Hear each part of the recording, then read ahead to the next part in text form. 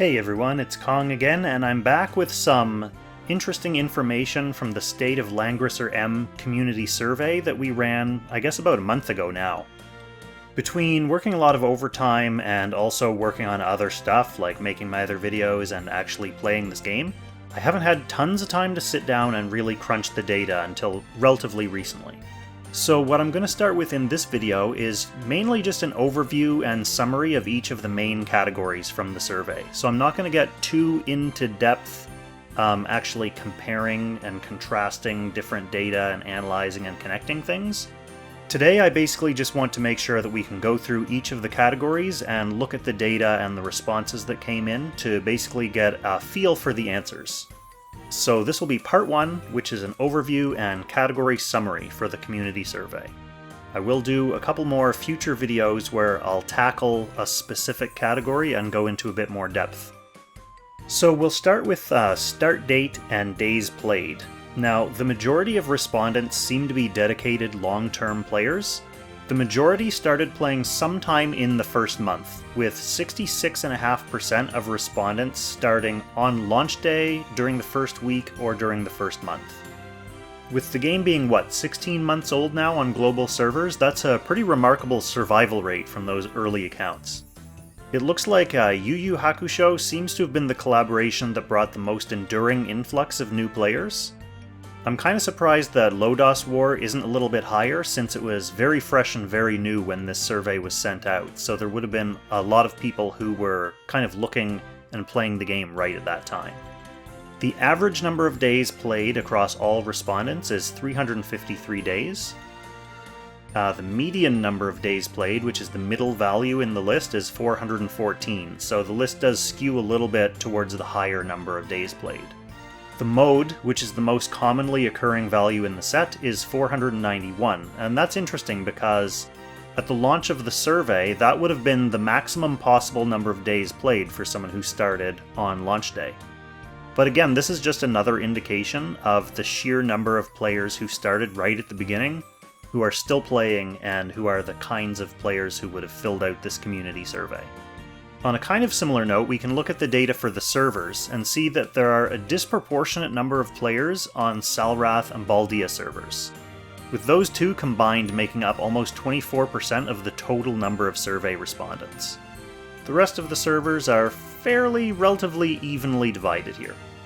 Now, we've got some interesting data on factions here, since we asked people to choose up to 3. We didn't specify whether these are for PvE or PvP use, and we also didn't rank them, so we just asked people to pick 1 to 3 factions you consider to be your primary factions. So the top 3 overall picks are Legion of Glory, Princess Alliance, and Yeles Legends. Legion and Princess were each picked by nearly 50% of respondents, with Yeles following closely at around 40%. The least popular faction was Mythical Realm, which was only picked by 29 people. Here's something interesting though. If we flip to this next chart and look at the people who only picked one faction, Legion of Glory and Princess Alliance are still strongly represented, but Yeles Legends drops sharply, only being solo picked by one person. This tells us that Yeles is more commonly run by people who also consider other co-main factions. This might be because they consider Yeles Legends to be a PvP-specific faction, or some other reason like that. Interestingly, Meteor Strike was not selected as the sole faction by anyone. Now, if we look at these solo picks as a percentage of the total number of people who picked that faction, we'll go to this next chart. Legion of Glory still has a lot of loyalty. But what's interesting here is that Empire's Honor and Heroes of Time start to become standouts. So almost 6% of people who chose either faction didn't have any other faction choices. So proportionally a larger number of Empire's Honor and Heroes of Time players focus only on those factions, which is kind of interesting. Protagonist is doing fairly well here too.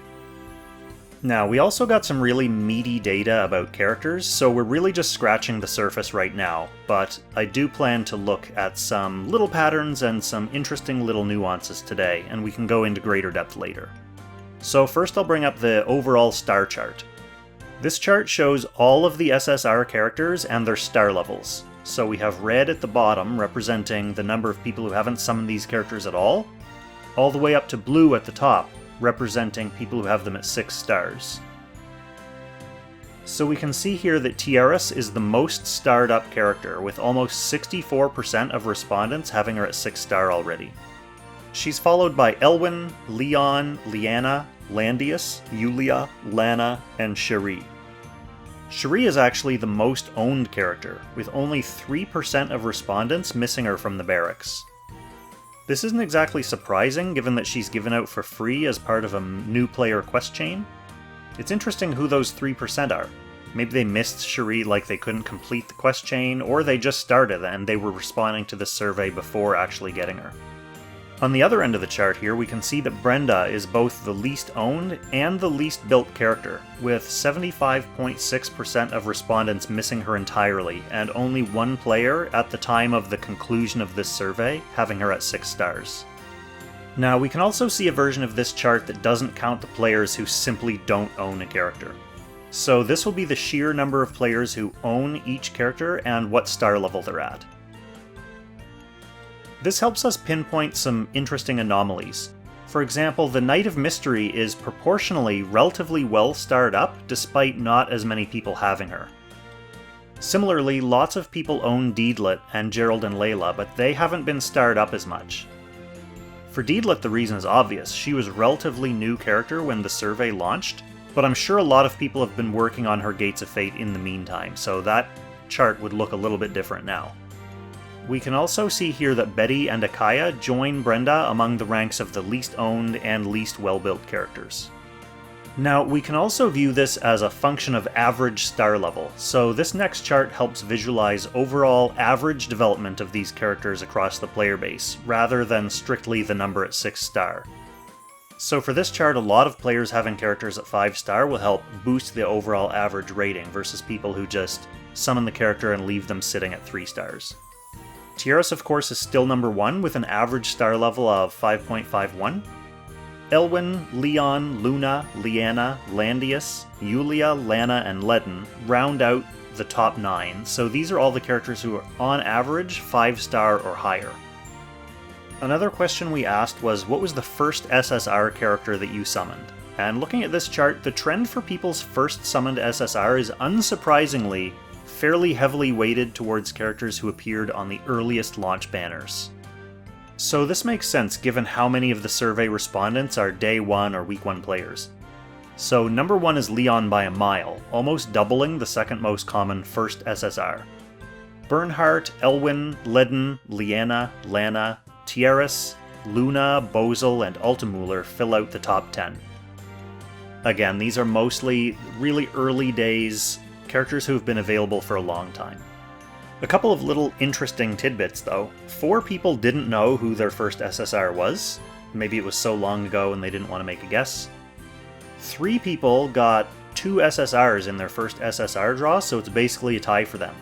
And one lucky person even claims to have gotten 3 different SSRs when they drew their first one, so that is a great way to start the game.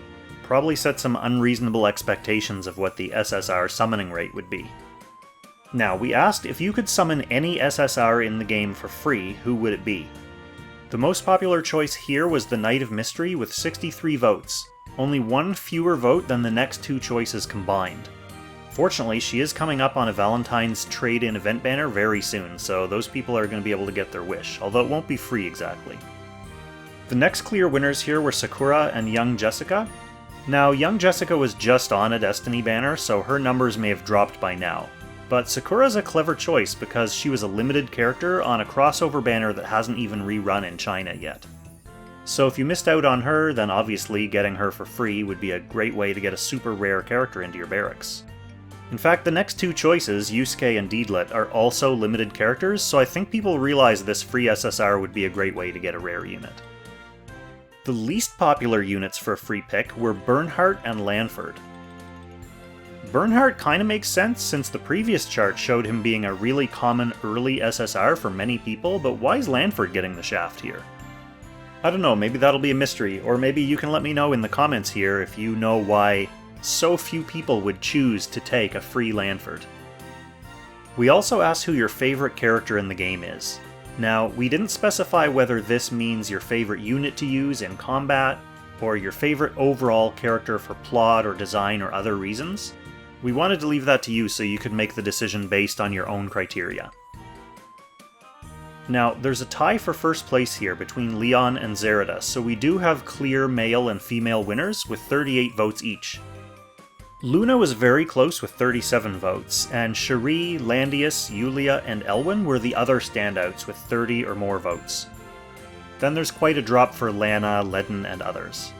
5 people said they have no favorite character. Since this question wasn't limited to SSR characters, unlike some of the other questions, we do have some Rs and SRs in the mix as well. The most popular SR character was Freya, with 8 votes. Matthew, Almeida, and Grenier all got a few votes, basically in that order. And Jessica, Lester, Letitia, and Pierre each got 1 vote. Interestingly, we didn't actually specify that your answer had to be a playable character, but no one out of the 590 respondents picked an NPC. I'm kinda surprised that this portly papa didn't get at least a single vote. Finally, for characters, we asked what upcoming character you're most excited about. Ares led the pack by a considerable margin. The Tree Sage, Licorice, and Reen were in a fairly close race for the runner-up. Only 4 players seem to be excited about Nomi.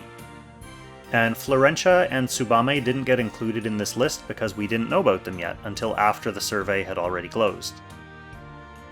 Now we can look at some PvP data. So this first chart is basically people's Apex and World Arena progression. We can see here that lots of respondents didn't get out of Bronze 3 in either World Arena or Apex Arena, which to me indicates that about 40% of the people who responded to the survey simply don't play PvP. So this would basically be the default for these people. A decent chunk of World Arena players are kicking around in the silver ranks, and probably this is because really all you need for rewards in World Arena is to be in the top 100 and to get your 5 wins per week. So, unless you're really making an effort to get higher, you can get both of those rewards out of the way and still be somewhere in silver. By contrast, over in Apex Arena, Gold 3 is the big pre-Langrisser spike, probably indicating that most of the people who get there for the skin rewards are happy to stay there without pushing forwards.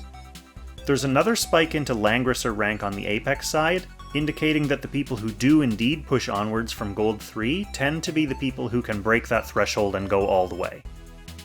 The Season 3 data that Zlong Games released on their social media showed 1.9% of Apex players reaching Langrisser rank at some point during the season.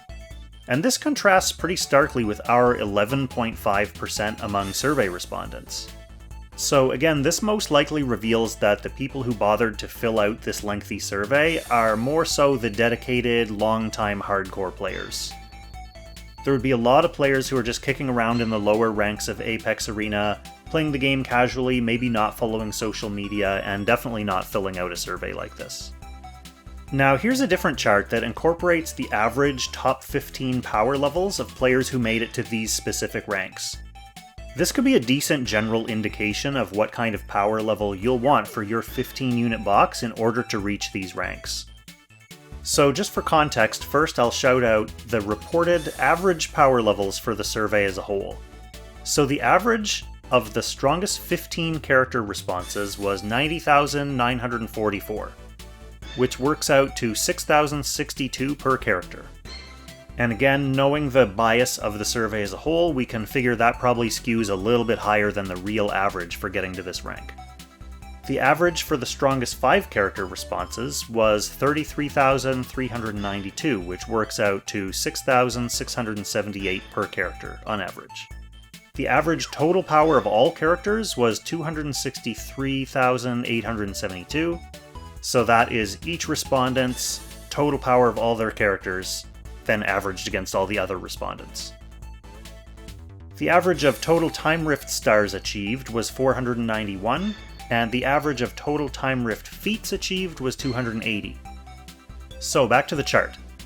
Again, you can see here that the most common rank attained is Bronze 3, with 205 respondents never having advanced. The average top 15 here was 67,295, or about 4,500 power per character.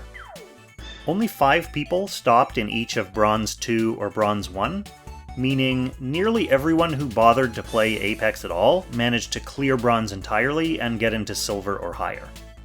The average top 15 power level to get into Silver 3 was 96,320, or about 6,400 power per character in the box on average. Interestingly here, way more people made it into Gold 3, and with a lower average power than the people who stopped at Silver 1. You can see Silver 1 over here. This might be partly due to boosting, but I think it's most likely simply because more people wanted to push through for the skin rewards. So they made it happen regardless of a slightly weaker box. Also bear in mind that mercenaries wouldn't factor into a player's overall box power level, so there could be a lot of players kicking around in Silver and busting into Gold 3 who were using mercenaries to bolster the overall strength of their box. The average top 15 power level to get into Gold 3 was 101,351, or about 6,750 per character. And finally, the average top 15 power level to get into Langrisser rank was 109,325, which is almost 7,300 per character on average. Of course, many of the perennial Langrisser ranked players would have a significantly more power than that, so someone with a lower average power level should still be able to get there with the right combination of smarts and luck. Now we can take a quick look at playoffs performance.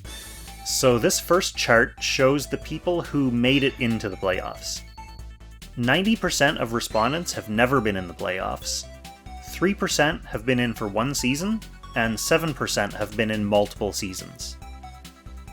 And we can break this down even further and see how those 57 playoffs players did.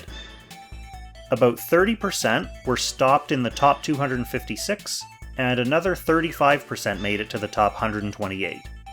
10 people have topped out in the top 64, 8 in the top 32, 1 in the top 16, and 2 in the top 8. I wonder where the other 6 top 8 players are. We can probably do some interesting cross-tab comparisons on a lot of these PvP data, so we'll try to get more into the weeds in a future video on specifically PvP stuff. For now, let's move on to some PvE data. Let's start with this Timeless Trials chart is kind of funny. Almost 50% of respondents have already completed SSSS rank, so I guess this new difficulty isn't as significant a challenge to most dedicated survey answering players. That 66.5% or whatever of players who started in the first week or the first month were probably actually waiting for a more difficult Timeless Trials challenge, so as soon as that dropped they got it cleared. In Eternal Temple, here we can see the highest tier that players have completed in each temple. Perhaps unsurprisingly, Valkyrie is the one with the highest rate of completion for the level 70 version, thanks to the popular heal reversal cheese. I know there are a lot of players out there who just cheesed the 70 Valkyrie, and they're using that as their main resource for getting those awakening resources. Leviar is the next most completed one, with Phoenix being the temple that apparently gives people the most trouble in its higher levels. We have a similar looking chart here for Ancient Beckoning. So the grey bars on the left represent people who haven't logged a score at all. You people, hop in there and lay down at least an E rank for some free loot. Just hit them a couple times, and then die, and then take your stuff and run. The most S-ranked boss is Fenrir, with just over 30% of respondents having done it. By contrast, only 19.5% of respondents have gotten S rank on Sleipnir. Okay, so now we've got some ridiculous charts on training levels. One of my first instincts was to compare training numbers with PvP progress and success achieved, but in practice this really just translates to higher numbers across the board. You're going to see these big spikes at 40%, using infantry and lancers here as an example, because 40% is the natural stopping point before you have to start investing in higher core and joint training for these stats. You can see that cavalry and flying groups have smaller spikes here, because fewer people have actually stalled out their training at 40%. These lines are generally higher to the right of the 40 mark, and take big uptakes at 70% for their attack specifically. This is because for the troop types that people use a lot more, they're actually putting in the effort and the resources to continue to move them above 40%. The most popularly maxed stat across all the troop types is Flying and Aquatic Attack, with 97 people bringing it up to 70%. Holy, Demon, and Magic is next, with 85 people getting attack up to 70%, followed by Archers and Assassins, and then Cavalry. If we look at these hit point, defense and magic defense, and attack training comparisons across all troop types, the attack comparison here does a good job of showing the heavy skew above 40% and the steep climbs at 70%, indicating that maxing the attack power of various troop types is a top priority for many people. Okay, now let's look at weapons and equipment. We had two interesting and closely related but importantly different questions here. The first one, what is the most important piece of equipment you're still missing? And the second was, if you could choose any piece of equipment for free right now, what would it be? The first question reveals what people think of as important equipment. And the shift in values between that and the second question is interesting because it shows that people are willing to maybe sacrifice a piece of gear that they're missing in exchange for something that they might already have but they want more of. For example, you can see that 61 people are missing the Swordsmith's Medal, or consider that to be the most important piece of gear that they're missing. But 118 people said they would take a free one, almost double. That implies that there are something like 50 or so people who are missing other important pieces of gear, but given the choice they would take the Swordsmith's Medal anyway. The Overlord badge seems to be the other big ticket item. For weapons, the most coveted ones are Extreme Magic Bow, Gift of Eternal Life, Ragnarok, and Uller's Bow. Interestingly, 3 out of the 4 of those I'm still missing personally. And the other one, Ragnarok, I famously have a ton of. Fury of Tyr is the leading helmet, and Last Rites is the leading armor. Not surprising, since they tend to eclipse other options in their respective slots. So if people are missing them, they know they're great pieces of gear and they want them, and even people who aren't missing them would love to have a couple more copies. The other sought-after accessories are Apex Boots and the Jugler plushie. And just a special shout out to the people who said the number one equipment they're missing is crafting hammers and Trinity vouchers. I see you, my friends. Okay, I'm going to leave this chart up just so you can digest it for a little bit while I talk about equipment. So I haven't done in-depth correlations with much of these bag data yet, partly because, as Loomis aptly pointed out when this was first making the rounds, these numbers don't necessarily reveal anything intrinsic to the game. Instead, they're more for general interest for now. So the average amount of gold that people currently have was almost 9 million. The fact that this was reported just after the level 10 attack and defense bonds became available is fairly interesting because those cost $500,000 each. So either people had a lot more gold than that and spent it on these bonds, or people weren't ready to spend their money on these bonds quite yet. Maybe there were people who didn't manage to finish the Time Rift at the time. The average number of Trinity vouchers and crystals on hand was 39 and 8160 respectively, which means the average respondent could make 131 pulls at the drop of a hat, guaranteeing at least one new SSR thanks to the pity rate kicking in at 100. Again, this kind of makes sense as well, given that this survey concluded just before Ares launched, so there were a lot of people who were saving up to try to get a copy of Ares. The average number of rune stones on hand was 5, and the average number of bursting heart keys was 103. The average number of burgers that people had on hand was 128, which is kind of surprising and represents a lot of Anarchy and training stats just sitting unused in people's inventories. Now we have a few one-off questions about resource management. So first, shop gambles. Only around 17% of respondents seem to be saving their Orichalcum ore for upgrades. The rest are gambling it in the shop to various degrees, whether it's on every gamble or just from time to time. I suppose this makes sense with the relatively late-game slant of most respondents, meaning they're already geared up enough to be able to afford rolling for new stuff.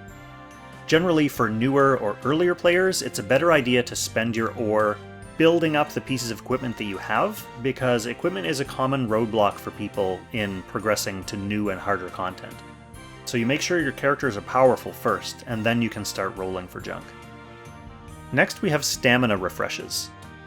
So you're allowed to spend Trinity crystals in the game to refresh all 120 stamina. You can do this 5 times per day at increasing cost, starting at 40 crystals, and then 60, and then 100, and so on. So look at the stamina chart. the vast majority of people aren't doing a single stamina refresh with crystals. And only about 3% of people are doing 3 or more refreshes. Now, I suppose people are saving their crystals for summoning, especially around the time of this survey with Ares right around the corner. But if the population of survey respondents tends to skew to the higher level, it's kind of interesting that we're not seeing Anarchy farming refreshes being reflected here. Maybe this is a function of the timing of the survey, coming out as it did during a jam-packed season of summoning and saving up for PvP meta threats, like Ares. And finally, just a few one-off spending stats. We asked people to characterize their spending on the game, and gave some options, but also provided the ability to write in a response. So 24% of people characterized themselves as fully free to play.